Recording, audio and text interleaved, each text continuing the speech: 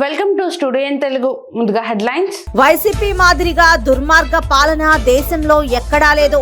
తణుకు మాజీ ఎమ్మెల్యే ఆర్మిల్లి రాధాకృష్ణ సూటి విమర్శలు. ముప్పాళ్ల మండలం మాదల గ్రామంలో మంత్రి అంబటి పర్యటన. చిన్నారులకు స్వయంగా పోలియో చుక్కలు వేసిన ఆత్మకూరు ఎమ్మెల్యే మేకపాటి విక్రమ్ రెడ్డి. ఇక డీటెయిల్స్ చూస్తే ఆచంట నియోజకవర్గ జనసేన పార్టీ మండల పార్టీ అధ్యక్షులు వీర మహిళలు పశ్చిమ గోదావరి జిల్లా పెనుగొండ జనసేన కార్యాలయంలో మీడియా మీట్. ఇన్నాళ్ళు పార్టీ నియోజకవర్గ ఇన్ఛార్జ్ గా పనిచేసి పార్టీ మారినంత మాత్రాన చేగుండి సూర్యప్రకాష్ పవన్ కళ్యాణ్ ని విమర్శించడం తగదు. పవన్ కళ్యాణ్ సిద్ధాంతాలు ఆశయాలకు లోబడి జన సైనికులు వీర మహిళలు పవన్ వెంటే నడుస్తామంటున్నారు. తెలుగుదేశం జనసేన ఉమ్మడి అభ్యర్థి పితాని సత్యనారాయణ సత్తా చాటుతాం. చేగుండి సూర్యప్రకాష్ పార్టీ మారినంత మాత్రాన జనసేన పార్టీకి 1% కూడా నష్టం లేదు. 6 ఏళ్ల కాలంలో 30 నిమిషాలు మాత్రమే పవన్ కళ్యాణ్ సమయం కేటాయించారని చెప్పిన చేగొండి సూర్యప్రకాష్ నియోజకవర్గ కార్యకర్తల కోసం మీరు ఎంత సమయం కేటాయించారో చెప్పగలరా అంటూ సూటిగా ప్రశ్నించారు. కాపు నాయకుడు హరిరామ జోగయ్య తనయుడిగా పవన్ కళ్యాణ్ గౌరవించారు. ప్యాకేజీ తీసుకుంటున్నారంటూ విమర్శలు చేయటం తగదు. మీరు ఎంత ప్యాకేజీ తీసుకుని అవినీతి పార్టీలో చేరారో చెప్పాలి. జనసేన పార్టీ అధినేత శ్రీ కొణిదెల పవన్ కళ్యాణ్ గారి ఆశయాలు ఆచంట నియోజకవర్గ జనసేన పార్టీ పవన్ కళ్యాణ్ గారికి ఎప్పుడు విజయులుగానే ఉంటారని నేను ప్రస్ఫుటంగా తెలియజేసుకున్నాను. నిన్న ఆచంట మాజీ ఇన్ఛార్జ్ శ్రీ చేగుండి సూర్యప్రకాష్ గారు వైఎస్ఆర్సీపీ తీర్థం పుచ్చుకోవడం జరిగింది. మర్చిపోయి ఇవాళ జనసేన పార్టీని దెబ్బతీసే విధంగా పవన్ కళ్యాణ్ గారిని దెబ్బతీసే విధంగా మీరు మాట్లాడడం చాలా బాధాకరంగా ఉంది. మీరు ఒక్కసారి ఆత్మ పరిశీలన చేసుకుని ఇవాళ మీకు ఒక్కరోజు వైఎస్ జగన్మోహన్ రెడ్డి కన్ను వేసి అత్యంత ఆత్మీయంగా దగ్గర తీసుకుంటే మంచిగా అయిపోతాము. మన్నాటి నుంచి వైఎస్ఆర్సీపీ పార్టీలో మీ పరిస్థితి ఏంటో మీరు ఒకసారి ఆలోచించుకోవాలి. ఇవాళ పవన్ కళ్యాణ్ గారికి విజయమే కాదు, మేము పవన్ కళ్యాణ్ గారికి భద్రం, మేము పవన్ కళ్యాణ్ గారికి సైనికులు. ఈ ఆంధ్రప్రదేశ్ స్టేట్స్ కోసం దేనికైనా సిద్ధపడ్డ పవన్ కళ్యాణ్ గారు అంటే ఆచంట నియోజకవర్గ జనసేన పార్టీ నాయకులు కార్యకర్తలు ఉంటారని ఈ ప్రశ్న ద్వారా చేగుండి సూర్యప్రకాష్ గారికి తెలియజేస్తున్నాం. దేశంలోనే అరాచక అసమర్థత పాలనగా ప్రస్తుతం ఉన్న వైసీపీ పరిపాలన పేరు పడిందని తణుకు మాజీ ఎమ్మెల్యే తెలుగుదేశం జనసేన ఉమ్మడి అభ్యర్థి ఆర్మిల్లి రాధాకృష్ణ మండిపడ్డారు. ఇటువంటి ప్రభుత్వాన్ని గద్దెదించి బంగాళాఖాతంలో కలిపేసేందుకు ప్రజలు సిద్ధంగా ఉన్నారని ఆయన తెలిపారు. త్వరలో జరగబోయే ఎన్నికల్లో తెలుగుదేశం జనసేన గెలుపు ఖరారైందని, వైసీపీ ఇంటికి వెళ్లడం ఖాయమని ఆయన స్పష్టం చేశారు. సకల జనుల చైతన్యం కోసం నిర్వహిస్తున్న రేపటి కోసం పాదయాత్ర రేలంగిలో ఉత్సాహవంతంగా జరిగింది. తెలుగుదేశం జనసేన ఉమ్మడి అభ్యర్థి ఆర్మిల్లి రాధాకృష్ణ గ్రామమంతటా కాలినడకన పర్యటించారు. గ్రామంలో అంబేద్కర్ విగ్రహానికి పూలమాల వేసి నివాళులర్పించారు. అంబేద్కర్ మహనీయుడు ఇచ్చిన స్ఫూర్తితో దళితులకు టీడీపీ జనసేన అండగా నిలుస్తాయని ఆయన వెల్లడించారు. స్థానికంగా ఏర్పాటు చేసిన చలివేంద్రాన్ని ఆయన ప్రారంభించారు. వేసవిలో ఇటువంటి సేవా కార్యక్రమాలు నిర్వహించడం మంచి పరిణామమని ఆయన అభినందించారు. ఈరోజు సకల జనుల చైతన్య యాత్ర రేపటి కోసం పాదయాత్ర 10వ రోజు రాయలంగి గ్రామ కేతావారిపాలెం కావలపురం గ్రామాల్లో పాదయాత్ర నిర్వహించడం జరుగుతుంది. గత 9 రోజులుగాను కూడా ప్రజల నుంచి పెద్ద ఎత్తున స్పందన కనిపిస్తుంది. ముఖ్యంగా ఈరోజు ఈ దుర్మార్గమైనటువంటి ప్రభుత్వం చేసినటువంటి ప్రజా వ్యతిరేక విధానాల పట్ల ప్రజలందరూ కూడా తీవ్రమైనటువంటి అసంతృప్తిగా ఉన్నారు. ఈరోజు జగన్మోహన్ రెడ్డి 5 సంవత్సరాల పరిపాలనలో కేవలం కక్షపూరిత రాజకీయాలు, దౌర్జన్యాలు, అదేవిధంగా దాడులు, కేసులు, ఇదే విధంగా ఈ ప్రభుత్వంలో పరిపాలన సాగింది తప్పితే ఎక్కడా కూడా ఒక అభివృద్ధి కానీ, సంక్షేమం కానీ, ఒక న్యాయపరమైనటువంటి పరిపాలన జరగలేదనేటువంటిది ప్రజలందరూ కూడా ఈరోజు గమనించారు. అలాగే ముఖ్యంగా జగన్మోహన్ రెడ్డి ఈరోజు రాష్ట్ర ప్రజలందరికీ కూడా, అన్ని వర్గాల ప్రజలకి కూడా అన్యాయం చేసినటువంటి పరిస్థితి. ఈరోజు సొంత చెల్లెల్ని తల్లిని కూడా మెడబెట్టుకుని బయటకు గెంటేసినటువంటి పరిస్థితి. అదేవిధంగా మరొక చెల్లెలు సునీతమ్మ తనకు జరిగినటువంటి అన్యాయాన్ని గతంలో ప్రతిపక్షంలో ఉన్నప్పుడు వివేకానంద రెడ్డి గారి హత్య మీద ఒక మాట మాట్లాడి అధికారంలోకి వచ్చిన తర్వాత ఒక మాట మాట్లాడి ఇప్పటి వరకు కూడా ఆ హత్యావానికి ఎవరున్నారనేది ప్రభుత్వం అధికారంలో ఉండి కూడా జగన్మోహన్ రెడ్డి సునీతమ్మకి న్యాయం చేయాలనేటువంటి పరిస్థితిలో ఉన్నాడంటే ఏ విధంగా ఈరోజు వివేకానంద రెడ్డి గారి హత్యలో జగన్ పాత్ర ఉందనేది మనందరం కూడా గమనించాల్సినటువంటి అవసరం ఉంది. ఈరోజు వివేకానంద గారి హత్య జరిగినప్పుడు గతంలో సిబిఐ ఎంక్వైరీలు వేయాలని చెప్పినటువంటి వ్యక్తి అధికారంలోకి వచ్చిన తర్వాత సిబిఐ ఎంక్వైరీని విత్డ్రా చేసుకుని సిబిఐ ఎంక్వైరీ అవసరం లేదని చెప్పేసి మాట్లాడటాన్ని కూడా మనందరం కూడా చూడాల్సినటువంటి అవసరం ఉంది. నిన్న సునీతమ్మ ప్రెస్ మీట్ పెట్టి అనేక నిజాలను ఈరోజు రాష్ట్ర ప్రజలందరికీ కూడా తెలియజేశారు. ఏ విధంగా తను కుటుంబంలో అన్యాయానికి గురైంది, తండ్రి హత్యలో ఎవరెవరున్నారు, వారందరినీ కూడా ఏ విధంగా జగన్మోహన్ రెడ్డి అడ్డుకుంటున్నాడు, ఏ విధంగా ఈ కేసు ముందుకు వెళ్లకుండా అడ్డుకుంటున్నాడు అనేది సునీతమ్మ మాటల్లో మనందరికీ కూడా అర్థమైంది. ఈరోజు సునీతమ్మ గారికి జరిగినటువంటి అన్యాయం రాష్ట్ర ప్రజలందరికీ కూడా జరగదనేటటువంటి గ్యారంటీ ఏమైనా ఉందా ఈ జగన్ పరిపాలనలో అనేది మనందరం కూడా ఆలోచించాలి. గుడివాడ పట్టణం గౌరీ శంకర్పురంలో వేంచేసి ఉన్న శ్రీ గౌరీ శంకర స్వామివారి దేవస్థానం ధర్మకర్తల కమిటీ ప్రమాణ స్వీకార కార్యక్రమాలు ఘనంగా జరిగాయి. ఎమ్మెల్యే కొడాలి నాని సమక్షంలో నూతన ధర్మకర్తల కమిటీ సభ్యులు దేవాదాయ శాఖ నిబంధనల ప్రకారం ప్రమాణ స్వీకారం చేసి బాధ్యతలు చేపట్టారు. అధ్యక్షుడు డాక్టర్ బండారు శ్యామ్ కుమార్ ఇతర కమిటీ సభ్యులకు ఎమ్మెల్యే కొడాలి నాని శుభాకాంక్షలు తెలియజేశారు. తొలుత ప్రమాణ స్వీకార కార్యక్రమంలో పాల్గొనేందుకు వచ్చిన ఎమ్మెల్యే కొడాలి నానికు దేవస్థాన సాంప్రదాయం ప్రకారం అధికారులు గౌరవ స్వాగతం పలికారు. వేద పండితుల మంత్రోచ్చారణల మధ్య స్వామివారికి ప్రత్యేక పూజా కార్యక్రమాలు నిర్వహించిన ఎమ్మెల్యే కొడాలి నానికు వేద పండితులు వేద ఆశీర్వచనాలు ఇస్తూ స్వామివారి ప్రసాదం అందజేసి దేవస్థాన సంప్రదాయం ప్రకారం సత్కరించారు. ఈ సందర్భంగా దేవస్థాన మండపం వద్ద జరిగిన కమిటీ అభినందన సభలో ఎమ్మెల్యే కొడాలి నాని మాట్లాడుతూ గత విడతలో బాధ్యతలు నిర్వహించిన ఇదే కమిటీ అంకిత భావంతో దేవస్థాన అభివృద్ధికి ఆదర్శప్రాయంగా కృషి చేశారని ఎమ్మెల్యే కొడాలి నాని కొనియాడారు. నాకు దాదాపు ఒక తెలిసినాక 40 సంవత్సరాల నుంచి ఈ గుడి నాకు బాగుంది. ఇక్కడ వెనకాల రోడ్లో మా స్కూల్ ఉండే తాగు ఉండేవాళ్ళని చెప్పి ఇది అంతా కూడా ఈ రోడ్డు మునిగిపోయి ఈ గుళ్ళో కూడా నీళ్ళు వచ్చి మాపాడు పడిపోయి చాలా భయంకరమైనటువంటి పరిస్థితుల్లో ఈ గుడి ఉండేది. అయితే ఈ ట్రస్ట్ బోర్డు వైసీపీ అధికారంలోకి వచ్చినాక ట్రస్ట్ బోర్డు ఎవరిని వేయాలన్నప్పుడు కడప బ్లాక్కి ఆ డాక్టర్ గారు అయితే బాగుంటుంది, ఆయనకి సేవ చేసేటువంటి తత్వం ఉంది, సెంగళూరులో అనేక కార్యక్రమాలు చేస్తున్నాయి, నేను కూడా చూశాను చేసి ఆయన నేర్తామని చెప్పి భారతీ ప్రపోజల్ పెట్టాడు. భారతీ బాధితులు అనుకుంటా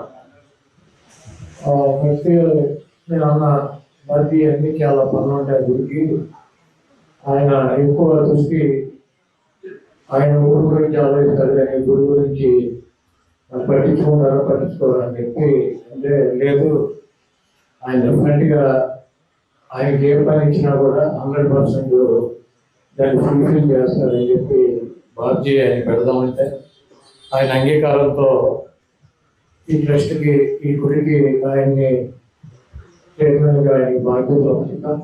డోన్ పట్టణంలో నేడు ధర్మవరం సుబ్బారెడ్డి ఆధ్వర్యంలో భారీ ర్యాలీ నిర్వహించారు. ఈ కార్యక్రమంలో వేల సంఖ్యలో సుబ్బారెడ్డి మద్దతుదారులు పాల్గొన్నారు. అనంతరం కార్యకర్తల సమావేశంలో సుబ్బారెడ్డి మాట్లాడారు. అటువంటి పరిస్థితుల్లో అన్ని కూడా మనం ఇదేమి కర్మ సభ్యత నమోదు బామసూరుడి భవిష్యత్ ఇదేమి కర్మ ప్రోగ్రామ్ లో చంద్రదుర్గంలో పెద్ద మీటింగ్ జరగడం జరిగింది. చంద్రబాబు నాయుడు గారు ఆ రోజు నన్ను అభ్యర్థిగా కూడా ప్రకటించడం జరిగింది. రెండోసారి కూడా బ్యాటిల్లో కూడా సుబ్బారెడ్డిని అత్యధిక మెజార్టీతో గెలిపించాలి అని చెప్పడం కూడా జరిగింది. బాబు మరి ఆ తర్వాత జరిగిన పరిణామాలు ఎందుకు జరిగాయో మనమందరం ఒకసారి ఆలోచించుకోవాల్సిన అవసరం ఉంది.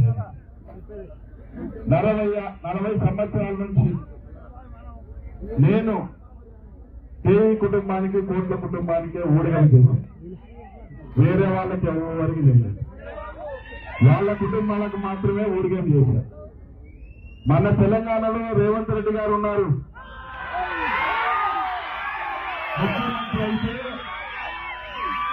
ముఖ్యమంత్రి అయితే చంద్రబాబు నాయుడు గారు చాలా సంతోషపడ్డారు.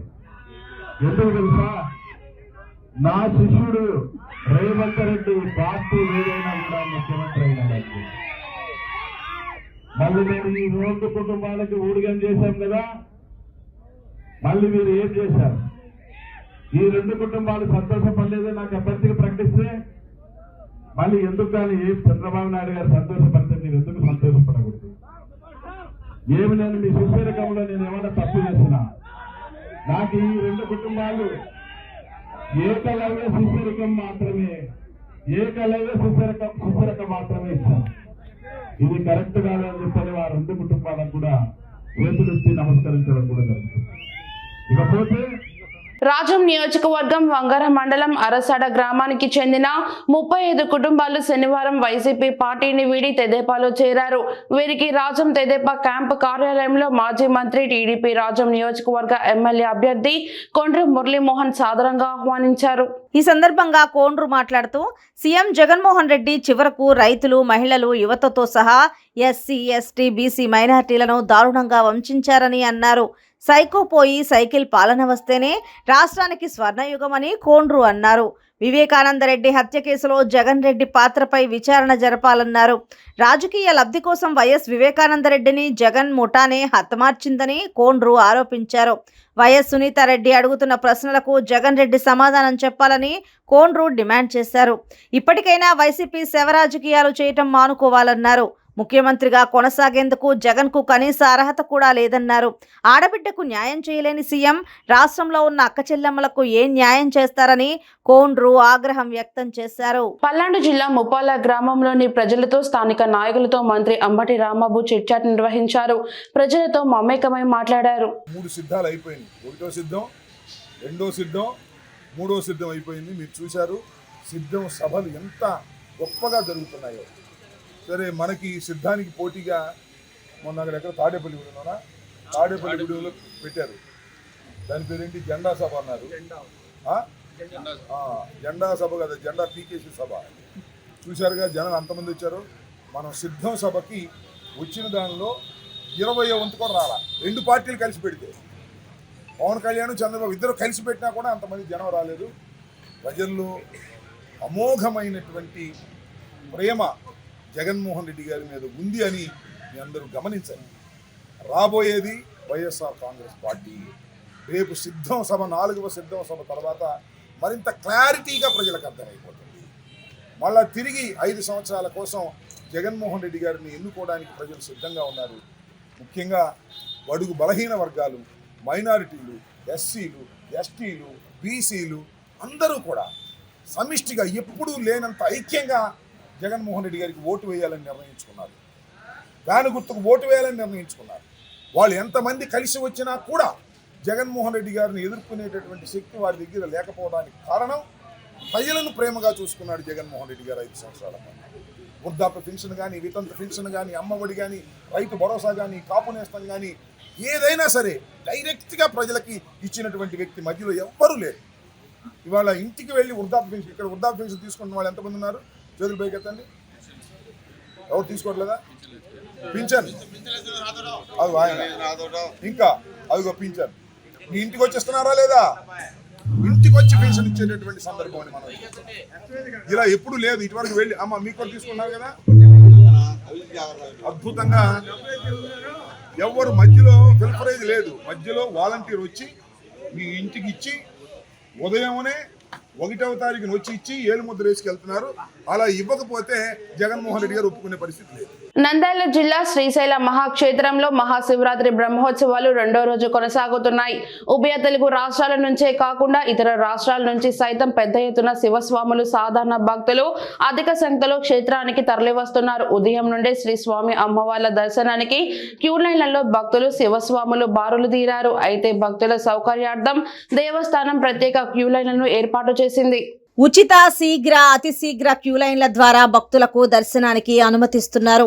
శివదీక్ష భక్తులకు మాత్రం ప్రత్యేకంగా చంద్రవతి కళ్యాణ మండపం నుంచి క్యూ లైన్ ఏర్పాటు చేసి జ్యోతిర్ముడి కలిగిన శివదీక్ష భక్తులకు సమయానుకూలంగా ప్రతి 2 గంటలకు ఒకసారి మల్లన్న స్పర్శ దర్శనానికి దేవస్థానం EO Peddiraju Shivaratri festival offer Chandrashekhar Azad అవకాశం కల్పించారు. క్యూ లైన్లలో వేచి ఉన్న భక్తులు అల్పాహారం, మంచినీరు, బిస్కెట్లు అందజేస్తున్నారు. భక్తుల రద్దీతో ఆలయ క్యూ లైన్లన్నీ కిక్కిరిసిపోయాయి. భక్తులకు ఎటువంటి ఇబ్బందులు లేకుండా సౌకర్యవంతమైన దర్శనం కల్పించేందుకు ఆలయ ఈవో పెద్దిరాజు ఎప్పటికప్పుడు పర్యవేక్షిస్తున్నారు. భక్తుల రద్దీతో ఉచిత దర్శనానికి 4 గంటల సమయం, శీఘ్ర దర్శనానికి 1 గంట సమయం పడుతుంది. అయితే ఈ నెల 5వ తేదీన సాయంత్రంతో ఇరుముడి కలిగిన శివస్వాములకు కూడా స్పర్శ దర్శనం నిలిపివేసి ఉదయం 6 గంటల నుంచి భక్తులందరికీ శ్రీ స్వామివారి అలంకార దర్శనానికి మాత్రమే అనుమతిస్తామని ఆలయ ఈవో పెద్దిరాజు తెలిపారు. భక్తుల రద్దీతో ఆలయ ప్రధాన వీధులన్నీ కళకళలాడుతున్నాయి. దీంతో క్షేత్రంలో బ్రహ్మోత్సవాల సందడి నెలకొంది. ఆంధ్రప్రదేశ్ రాష్ట్రంలో ఆయన ఒక సంచలనం. ఆయన ఏది చేసినా సంచలనంగానే ఉంటుంది. మాట మాట్లాడినా సంచలనమే, డాన్స్ చేసినా సంచలనమే, కార్ ఎక్కినా సంచలనమే, బుల్లెట్ ఎక్కినా సంచలనమే. ఆయన మన జల వనరుల శాఖ మంత్రి అంబటి రాంబాబు ఈ మధ్య కాలంలో ఎన్నికల ప్రచారంలో ఆయన బుల్లెట్ మీద ఎక్కువ ప్రచారంలో తిరుగుతున్నారు. ఈ రోజు ఒక కొత్త బుల్లెట్ ని కొని దానికి పూజ చేసి సరదాగా సత్తెనపల్లి నియోజకవర్గంలోని గ్రామాలలో బుల్లెట్ పై తిరుగుతూ ప్రజల్ని ఆశ్చర్యపరుస్తున్నారు. సత్తెనపల్లి నియోజకవర్గం ముప్పాళ్ల మండలం మాదల గ్రామంలో మహంకాళి అమ్మవారి ఆలయంలో మంత్రి అంబటి బుల్లెట్ నూతన వాహనానికి ప్రత్యేక పూజలు నిర్వహించారు. గత కొద్ది రోజులుగా బుల్లెట్ వాహనం మీదే మంత్రి అంబటి నియోజకవర్గంలో షికారు కొడుతున్నారు. మంత్రి అంబటి పూజా కార్యక్రమం తర్వాత నూతన బుల్లెట్ వాహనంతో ప్రధాన రహదారిపై చక్కర్లు కొడుతున్నారు. నిండు జీవితానికి 2 చుక్కలు అని కాకినాడ కార్పొరేషన్ కమిషనర్ వెంకట్రావు, జిల్లా డిఎంహెచ్ఓ నరసింహనాయక్ పేర్కొన్నారు. నిండు జీవితానికి 2 చుక్కలు అని కాకినాడ కార్పొరేషన్ కమిషనర్ వెంకట్రావు, జిల్లా డిఎంహెచ్ఓ నరసింహనాయక్ తెలిపారు. ఆదివారం కాకినాడ గాంధీనగర్ ప్రాథమిక ఆరోగ్య కేంద్రం వద్ద పల్స్ పోలియో కార్యక్రమాన్ని ప్రారంభించారు. ఈ సందర్భంగా వారు మాట్లాడారు. పల్స్ పోలియో డ్రాప్స్ దినోత్సవం సందర్భంగా కాకినాడ సిటీలో 200 కేంద్రాల్లో అందరూ పిల్లలకు కూడా ఈరోజు పోలియో డ్రాప్స్ వేయడం జరుగుతుంది. 170 కేంద్రాల్లో స్టాటిక్ కేంద్రాల్లో వేయడం జరుగుతుంది. అలాగే మరొక 30 కేంద్రాల్లో 20 సెంటర్స్ స్టాటిక్ సెంటర్స్ రైల్వే స్టేషన్లోను, బస్ స్టేషన్లోను వాటిలో పెట్టడం జరిగింది. అదే మరొక 10 సెంటర్లు మొబైల్ సెంటర్లు కూడా పెట్టడం జరిగింది. వాళ్ళందరూ కూడా ఆ టీమ్స్ ఎక్కడెక్కడైతే జనసమర్థం ఉందో అటువంటి దగ్గరికి వెళ్ళి అక్కడ అన్కవర్ అయినటువంటి పిల్లలందరినీ కూడా ఈరోజు డ్రాప్స్ వేయడం జరుగుతుంది. అందరూ తల్లిదండ్రులకి చెప్పేది ఏంటంటే వారి పిల్లలందరూ కూడా ఈరోజు తీసుకెళ్ళి ఖచ్చితంగా పోలియో డ్రాప్స్ వేయించడానికి ప్రతి ఒక్కరు చేయించాలి. అది మీ పిల్లలకి సరైనటువంటి పోలియో నుండి భద్రతను ఇస్తుంది. ఆ విషయాన్ని తల్లిదండ్రులందరూ కూడా గమనించి వారి పిల్లలకి ఈరోజు అందరినీ కూడా పోలియో డ్రాప్స్ వేయించాల్సిందిగా ఈ సందర్భంగా అందరికీ తెలియజేస్తుంది. ఈరోజు మరి పల్స్ పోలియో కార్యక్రమం ఇక్కడ మనకి ప్రతాప్ నగర్లో మున్సిపల్ కమిషనర్ గారి చేతుల మీదుగా కాకినాడ జిల్లాలో ఇనాగ్రేట్ చేయడం జరిగింది. వీలు కల్పించుకుని సార్ ఇక్కడికి వచ్చినందుకు ధన్యవాదాలు తెలియజేస్తాము కలెక్టర్ గారు. మనకి ఈరోజు మరి జిల్లాలో ఈ పిల్లలందరికీ 0 నుంచి అంటే ఈరోజు పుట్టిన పిల్లలు కావడం నుంచి 5 సంవత్సరాలు పిల్లలందరికీ కూడా ఈ డ్రాప్స్ అనేది వేయించుకోవాలి. ఇంతకుముందు వ్యాక్సినేషన్లో చేయించుకున్నా కూడా ఇది అదనంగా వేయించుకోవాలి. అలానే మన జిల్లాలోకి వచ్చేటప్పటికి 1,94,332 మంది చిల్డ్రన్స్ ఉన్నారు. వీళ్ళందరినీ కూడా కవర్ చేస్తాము. ఇవాళ బూత్ టు బూత్ యాక్టివిటీస్ చేస్తాము అన్నమాట. ఇవాళ 1374 బూతులు పెట్టాము జిల్లాలో. సో ఇక్కడ ఏంటంటే బూత్ యాక్టివిటీలో పిల్లలు వచ్చి అక్కడికి వేయించుకోవాలి. ఎవరైతే పిల్లలు మిస్ అయ్యారో వీళ్ళందరికీ కూడా రేపు ఎల్లుండు రూరల్ ఏరియాలో అయితే రేపు ఎల్లుండు ఇంటింటికి తిరిగి ఎవరైనా మిస్ అయిన వాళ్ళు ఉంటే వాళ్ళని కవర్ చేస్తాం. దాన్ని హౌస్ టు హౌస్ వ్యాక్సినేషన్ అంటారు. అలానే మనకి అర్బన్లో అయితే 3 రోజులు పెట్టాం. కొంత ఏరియా ఎక్కువ ఉంటుంది కాబట్టి అర్బన్లో కవర్ చేయాల్సిన ఏరియా ఎక్కువ ఉంటుంది కాబట్టి ఇవాళ బూత్ యాక్టివిటీ జరిగిన తర్వాత 3 రోజుల పాటు బడుగు బలహీన వర్గాల ఆత్మబంధువు బాలయోగి అని మాజీ ఎమ్మెల్యే వనమాడి కొండబాబు పేర్కొన్నారు. బడుగు బలహీన వర్గాల ఆత్మబంధువు బాలయోగి అని మాజీ ఎమ్మెల్యే వనమాడి కొండబాబు అన్నారు. లోక్సభ మాజీ స్పీకర్ జీఎంసీ బాలయోగి వర్ధంతి సందర్భంగా జగన్నాథపురంలోని దివంగత బాలయోగి విగ్రహానికి ఆదివారం పూలమాల వేసి నివాళులర్పించారు. ఈ సందర్భంగా కొండబాబు మాట్లాడుతూ బాలయోగి అడుగుజాడల్లో ప్రతి ఒక్కరూ పయనించాలన్నారు. లోక్సభ స్పీకర్ గా బాలయోగి సేవలందించడం జరిగిందన్నారు. కోనసీమ ప్రాంతాన్ని అభివృద్ధి చేసి ఆదర్శంగా నిలిచారని తెలిపారు.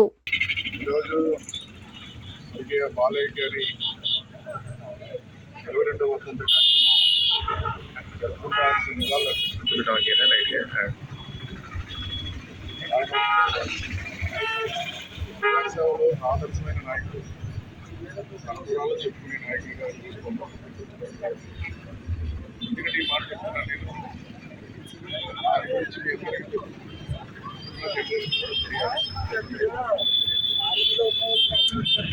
సామాన్య కుటుంబం లాయర్గా ప్రాక్టీస్ చేస్తూ రాజకీయ అవకాశాలు వస్తే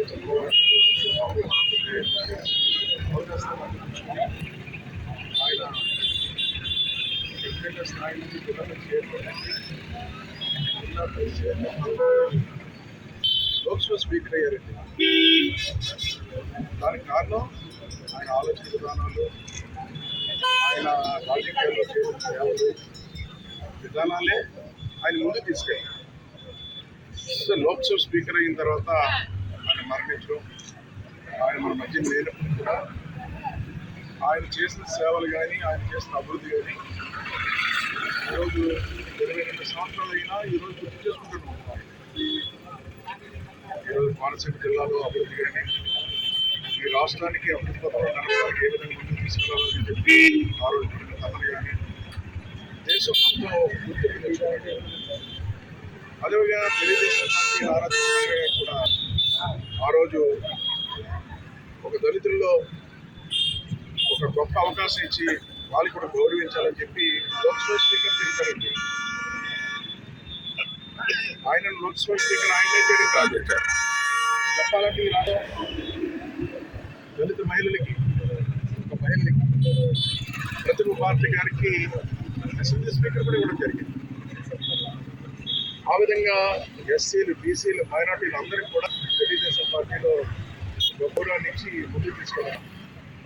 అందులో ఒకరు టీఎంసీ బాలయ్య గారు.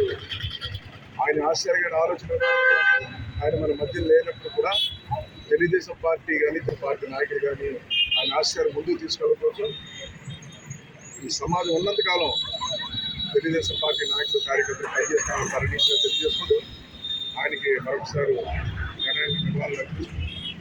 ఆయన యొక్క కుమారుడిని కూడా రాజకీయాల్లో ముందుకు తీసుకెళ్ళడానికి కూడా చంద్రబాబు నాయుడు గారు ఆయన లేనప్పుడు కూడా ఆయన కుటుంబాన్ని మర్చిపోకుండా ఆయన కుమారుడిని హరీష్ని మళ్ళీ ప్రజాసేవలో తీసుకెళ్తున్నారు. ఆయన్ని కూడా ఆశీర్వదించాలని ప్రజలందరూ కూడా కోరుకుంటూ మరొకసారి వారికి ఘనమైన నివాళులు. జాతీయ పల్స్ పోలియో దినోత్సవం సందర్భంగా నెల్లూరు జిల్లా ఆత్మకూరు నియోజకవర్గంలోని మర్రిపాడు మండలం బ్రహ్మణపల్లి గ్రామంలో ఏర్పాటు చేసిన పోలియో చుక్కల కేంద్రానికి వెళ్లి చిన్నారులకు పోలియో చుక్కలు వేసి పల్స్ పోలియో కార్యక్రమాన్ని ప్రారంభించిన ఆత్మకూరు ఎమ్మెల్యే మేకపాటి విక్రమ్ రెడ్డి. ఈ సందర్భంగా ఎమ్మెల్యే మేకపాటి విక్రమ్ రెడ్డి మాట్లాడారు. కనిగిరి ప్రాంత అభివృద్ధి తనకు ముఖ్యమని మాజీ ఎమ్మెల్యే ముక్కు ఉగ్ర నరసింహారెడ్డి అన్నారు. పదవుల కోసం పక్క ప్రాంతాలకు వెళ్లానన్నారు. కనిగిరి మున్సిపాలిటీ కొత్తూరులో పార్టీలో చేరికల సందర్భంగా ఆంజనేయ స్వామి దేవస్థానంలో చేసిన టీడీపీ ఎమ్మెల్యే అభ్యర్థి డాక్టర్ ముక్కు ఉగ్ర నరసింహారెడ్డి ప్రత్యేక పూజలు నిర్వహించారు.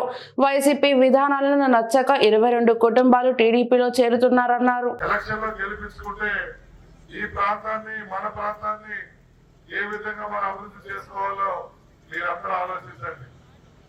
అంతే తప్ప ఉగ్ర నరసింహారెడ్డి ఎమ్మెల్యే కోసమే కాదు జరిగేది.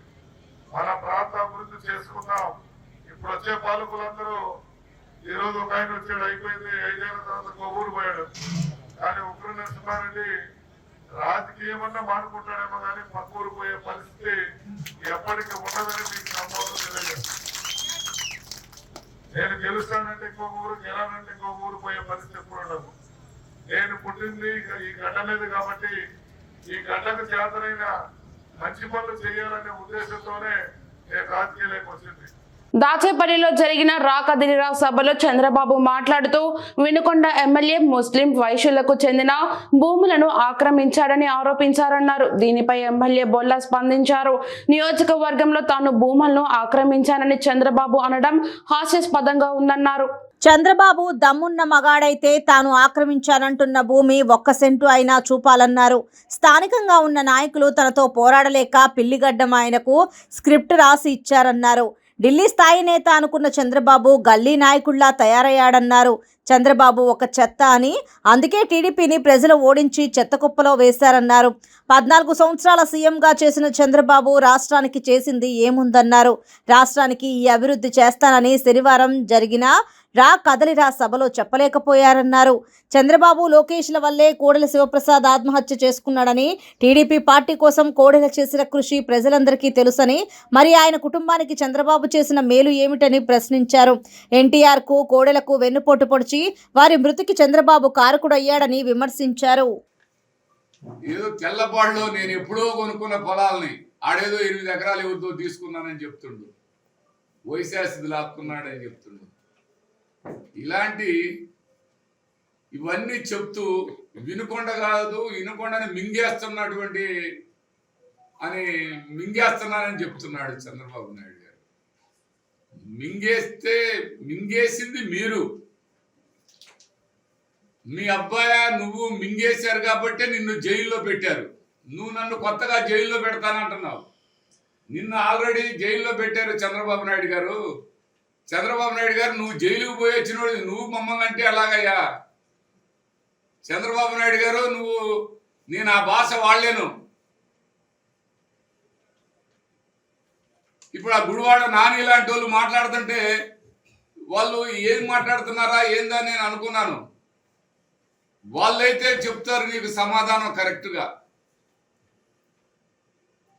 వాళ్ళైతే మాట్లాడుతున్నటువంటి మాటల్లో నువ్వు మాట్లాడేదానికి వాళ్ళు మాట్లాడేదానికి మీ ఇద్దరికి సరిపోద్ది, కానీ మాకు సరిపోదు. ఆయన చెప్పాడు చంద్రబాబు నాయుడు గారిని నా బొచ్చు పీక్కుంటావా అని అన్నాడని. అది వాళ్ళు పీక్కుంటారు, వాళ్ళు మాట్లాడుకుంటారు. మేము అలాంటి మాటలు మాట్లాడం. నువ్వు అది దానికంటే ఎక్కువ దీనికంటే తక్కువ అన్నట్టుగా నువ్వు మాట్లాడుతున్నావు. నువ్వు మాట్లాడేది పద్ధతులు లేకుండా, అర్థం చేసుకోకుండా, తెలియకుండా, ఏ సబ్జెక్టు లేకుండా మీరు అబద్ధపు మాటలు మాట్లాడుతున్నావు చంద్రబాబు నాయుడు. నువ్వు ఏమీ కదిలిస్తలేవు నన్ను. నేను ఎందుకంటే అంత స్వచ్ఛంగా, అంత నిజాయితీగా, అంత నిబద్ధతగా పనిచేస్తున్నా. నీలాగా నీ బిడ్డలాగా లోకుల సొమ్మును దోచుకునే కార్యక్రమం ఎక్కడా లేదు. నువ్వు నీ డైరీ ఇండస్ట్రీ, నీ బతుకు అందరు ప్రజలందరికీ తెలుసు.